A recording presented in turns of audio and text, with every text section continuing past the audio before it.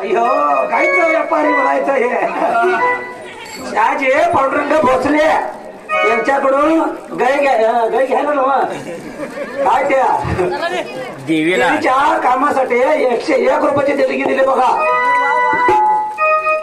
आई त्यांचं भलं करा बघा. उद्या एक गाय ठरत्या बघा त्यांची.